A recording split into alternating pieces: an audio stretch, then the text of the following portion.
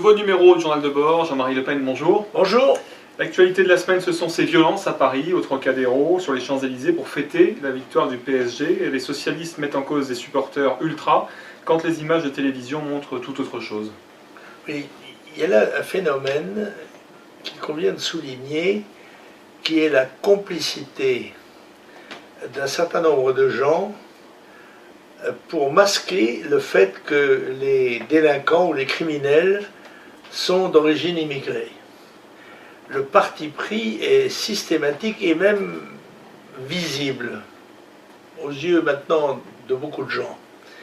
De toute évidence, les casseurs, et on le voyait à la télévision, n'est-ce pas, étaient souvent des gens qu'on a l'habitude de voir dans ce genre de circonstances. Beaucoup d'ailleurs portaient la cagoule, ce que ne portent pas les ultras du COP de Boulogne ou d'Auteuil, et qui n'ont d'ailleurs strictement rien à voir avec nous. C'est un phénomène lié au football et à ses excès, et aux excès du comment dirais-je, du supportariat, pourrait-on dire. N'est-ce pas, les clubs sont très contents d'avoir ces gens pour les accompagner de leurs cris et de leurs chants.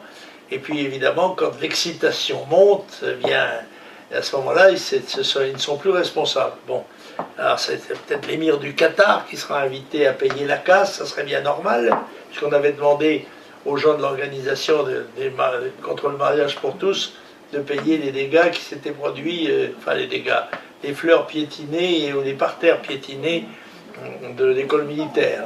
Bon, bref.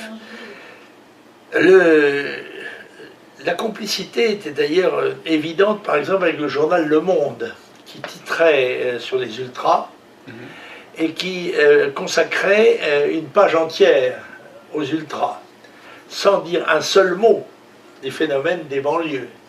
Il est bien évident que les banlieues, maintenant, font peur, et que le gouvernement est un gouvernement, comme l'a dit Marine Le Pen sur LCP, de lâches.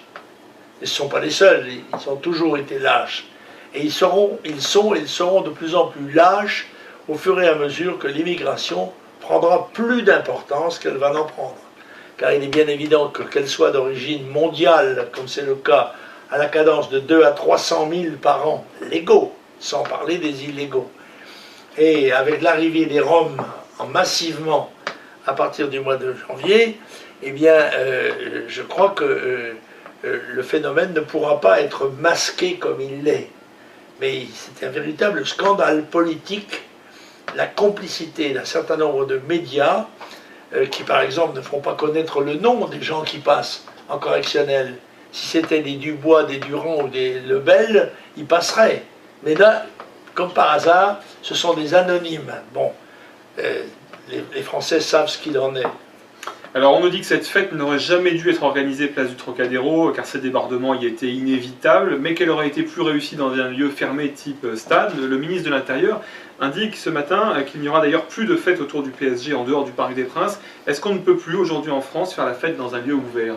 Non, je crois qu'on n'est pas, la police avec ses effectifs et surtout les consignes qu'on lui donne, n'est pas en mesure d'assurer que n'importe quelle manifestation ne sera pas perturbée par des centaines, voire des milliers de délinquants venant comment dit-on, à la dépouille, n'est-ce pas, pour essayer de voler, de piller ou d'incendier et de provoquer, à la vérité, l'autorité et l'ordre en France.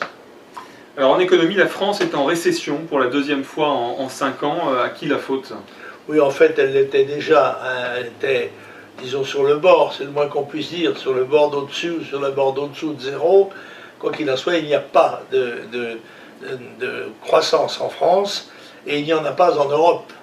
Et ce qui est d'ailleurs un fait caractéristique, car l'Europe nous a été vendue il y a 30 ans et plus, comme devant procurer au minimum en échange de notre souveraineté et de notre dignité, de notre liberté, la prospérité matérielle, eh bien malheureusement, ce n'est pas le cas. Et il se trouve que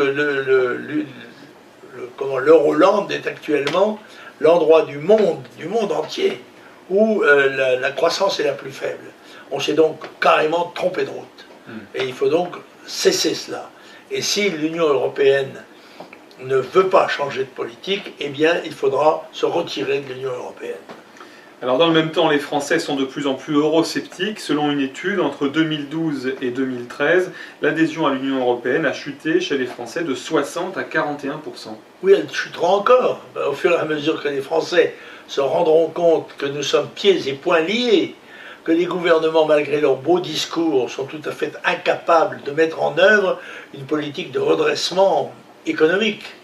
Bon, parce qu'il faut que nous retrouvions pour cela notre liberté, notre souveraineté.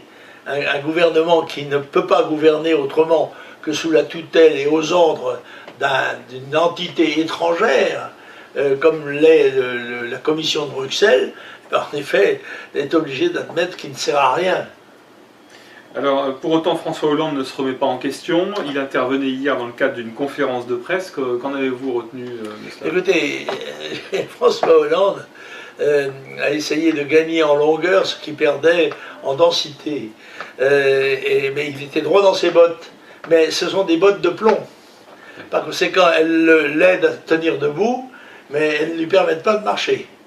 Alors donc, nous avons entendu un festival de paroles verbales, d'intentions courageuses, mais qui ne sont que des discours. Les actes ne suivront pas parce qu'ils ne peuvent pas suivre. Comme on dit en Normandie, peut-être bien voudrait bien, mais il ne peut pas. Voilà. D'accord. Alors, vous parliez de relance économique tout à l'heure, on parlait de la récession, on sait que le Front National propose de réindustrialiser le pays et aussi d'aider les commerçants artisans qui ont beaucoup trop de charges. Bien sûr, mais rien de cela ne peut se faire si nous ne retrouvons pas la souveraineté sur nos frontières et si nous ne sommes pas capables de protéger les industries françaises, qui le méritent bien sûr. Il ne s'agit pas de sauver les canards boiteux, il s'agit de permettre aux entreprises qui sont possibles et utiles et nécessaires à la France de se maintenir et même de conquérir, de s'organiser pour lutter sur le plan du commerce international, mais tout de même sous la protection de frontières et de droits de douane. Alors on l'a vu, les Français ont perdu beaucoup de pouvoir d'achat ces derniers temps. L'urgence du gouvernement cette semaine, c'était la suivante, le MORAS, supprimé de la législation française, suite à une proposition de loi du Front de gauche. Est-ce que supprimer le MORAS va supprimer aussi le racisme anti-français, par exemple? Non mais écoutez, c'est délirant ça. Ce n'est pas la première fois qu'on essaye de supprimer le mal en supprimant le mot. Je me permets de vous rappeler que le dictionnaire Larousse lui-même a changé l'ordre des acceptions du mot détail après l'affaire que vous connaissez. Bon, c'est dire que ces gens-là attachent au verbe une importance qu'il n'a pas. Il y a des races différentes. C'est bien évident qu'on les appelle ethnies, qu'on les appelle comme on voudra, mais il est certain qu'un Bambara, ce n'est pas un Flamand. Bon. Qui n'est pas lui-même un japonais. Et vouloir nier cela, c'est vouloir nier la réalité. On est bien là, dans un domaine idéologique complètement coupé de la réalité, et le fait que l'Assemblée nationale ait pris cette décision prouve bien la servilité intellectuelle des députés de gauche, mais je pense qu'il en serait de même de droite. Je ne sais pas si d'ailleurs, je ne sais pas quel a été le résultat du vote. Je ne sais pas si l'UMP a voté contre. Ça m'étonnerait parce qu'ils sont imbus des mêmes préjugés. Alors dans le Vaucluse, cette semaine, un prêtre a été agressé par 4 jeunes pour se faire voler son téléphone portable, nez cassé, visage tuméfié. Des frères de la communauté de Saint-Jean ont été menacés au couteau pour avoir tenté de s'interposer. Le curé de la paroisse Saint-Ruf d'Avignon a dénoncé les incivilités à répétition. Oui, d'ailleurs, le fait d'utiliser le terme d'incivilité quand il s'agit d'agression violente montre bien l'état de servilité intellectuelle dans lequel nous sommes acculés par l'établissement. On ne peut, puisque le mot a de l'importance, eh bien, c'est vrai, la sémantique a une certaine importance, eh bien, on n'appelle pas délit un délit, on l'appelle incivilité, n'est-ce pas? Et on appelle délit un crime. Voilà, on diminue en quelque sorte la pression, comment dirais-je, sociale qui s'exerce contre justement les dérapages. Enfin, tiens, à propos, j'utilise le mot de dérapage, moi aussi. Bon, car j'ai entendu cette phrase extraordinaire à la télévision d'un journaliste qui interviewait un témoin des événements du Trocadéro, oui, qui a dit, mais moi j'étais là, j'ai très bien vu, c'était des Noirs et des Arabes. Ah mais monsieur, vous êtes dans le dérapage. Comment dit le dérapage, et on avait vécu ça au moment du détail, n'est-ce pas? Oui. C'est quand on ne pense pas comme la majorité du Parlement français souhaiterait qu'on le fasse, hein, et de l'établissement en général. Il faut s'aligner, celui qui ne s'aligne pas est considéré comme exclu. Il est en quelque sorte un paria qu'on met à l'écart.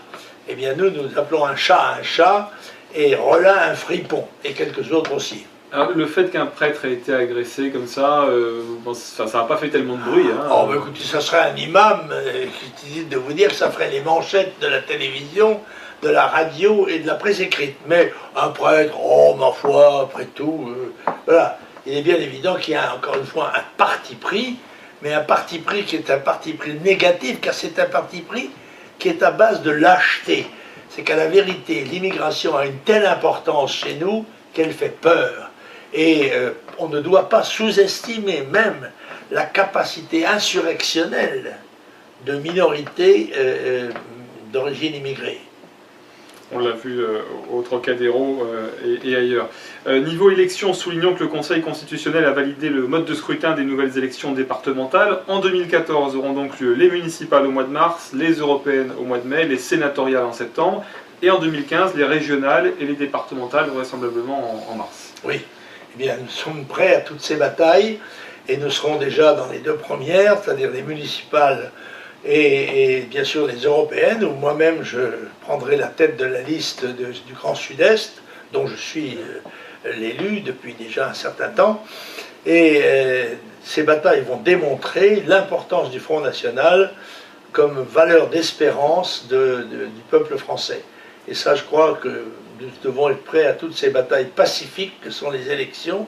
Et je crois que la démonstration sera faite de ce que veulent véritablement les Français, à condition bien sûr qu'ils se mobilisent et qu'ils ne restent pas dans un attentisme complice en quelque sorte. Et on l'a vu hier dans l'émission Complément d'enquête, hein, les candidats du Front National suivent des formations. Il y a beaucoup de formations qui se déroulent en ce moment pour les Absolument, absolument. Il y a un effort considérable qui est fait par le mouvement pour occuper la place qui doit être la sienne, avec le handicap considérable de n'avoir pas les mêmes moyens que les autres, à 100 fois moins de moyens que les autres grands partis, mais il fait quand même partie égale, voire supérieure avec eux. Alors avant cette série d'élections dont on parlait de 2014-2015, il y aura une élection législative partielle au mois de juin dans le Lot-et-Garonne pour remplacer Jérôme Cahuzac. Le Front National aura bien sûr un candidat, Étienne Bousquet-Cassagne, le secrétaire départemental. On parle aussi du retour de Jérôme Cahuzac. Est-ce que ça vous choque? Est-ce qu'il devrait être inéligible ou est-ce que c'est aux électeurs de décider de son sort? Écoutez, en démocratie, normalement, c'est le peuple qui est le juge suprême, comme il est d'ailleurs en principe aux assises. Donc la démarche de Cahuzac n'est pas absurde.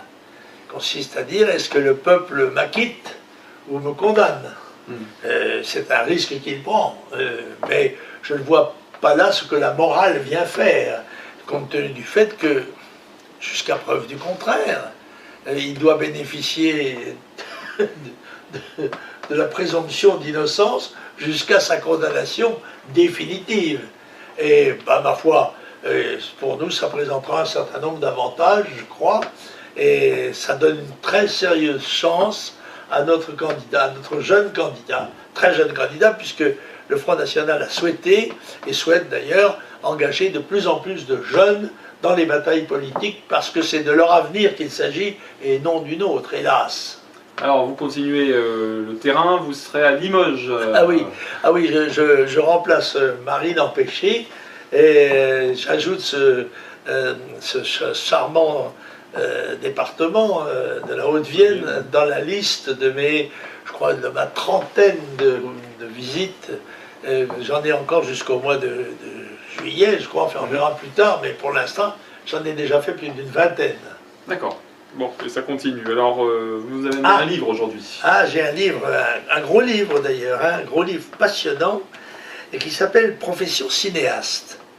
Profession cinéaste, et qui est le livre écrit juste avant sa mort, intervenu d'ailleurs exactement 50 ans après l'exécution de Bastien Thierry. Et il y a là, bien sûr, une affinité extraordinaire, puisqu'en effet, Jacques Dupont ne se cache pas d'avoir été un des cadres de l'OAS, situation qui a d'ailleurs brisé sa carrière cinématographique, il faut bien le dire. Alors, Jacques Dupont est le père de Claudine Dupont-Tingaud. Ils ont été tous les deux d'ailleurs condamnés et emprisonnés, et condamnés lourdement en particulier pour sa fille. Et c'est une histoire passionnante. Je rappelle que des dernières productions de Jacques Dupont, qui a fait beaucoup de choses, à la fois pour le cinéma et surtout pour la télévision, c'est le Destienne-d'Orve, un film sublime. Et je conseille vivement cette lecture passionnante qui est la vie d'un patriote, en quelque sorte. Voilà. Et ça, Profession cinéaste, c'est un beau livre. Très bien, on se retrouve la semaine prochaine, ce sera après le lundi de Pentecôte. À très bientôt. J'espère qu'à ce moment-là, que les flammes qui nous auront sur la tête nous permettront d'être plus intelligents encore.